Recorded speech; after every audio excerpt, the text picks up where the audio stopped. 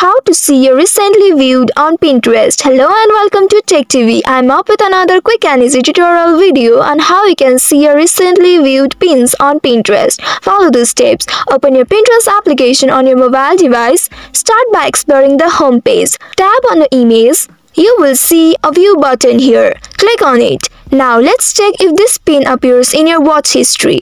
Go back to the home page. Tap on the profile icon at the bottom of the screen to access your profile. Next, click on the settings icon at the top of the screen to access your account settings. Within the settings, search for Home Feed Tuner. Once you find it, select it, where you can see the pins you have recently viewed, as well as other pins you have interacted with previously. So this is your watch history. That's it, you have successfully viewed your recently viewed pins on Pinterest. That's all for today's video. Thanks for watching till the end. If you found this video helpful, don't forget to like, share and subscribe the channel. Also hit that bell icon to get notifications on more such helpful tutorials. See you in next video. Stay connected.